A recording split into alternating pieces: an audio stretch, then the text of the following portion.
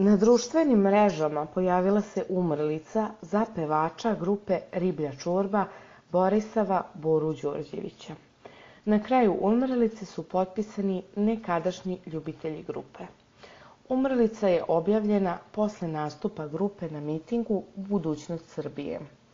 Sa bolom u srcu obaveštavamo sve poštovaoce Riblje čorbe da je naš Borisav Bora Đorđević iznenada preminuo 19.4.2019. godine u 67. godini života usled pada pod noge najvećem izdajniku zemlje Srbije.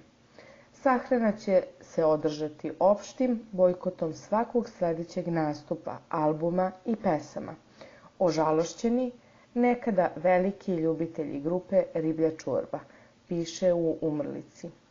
Ova umrlica kruži društvenim mrežama, a kod dela javnosti je naišla i na kritiku.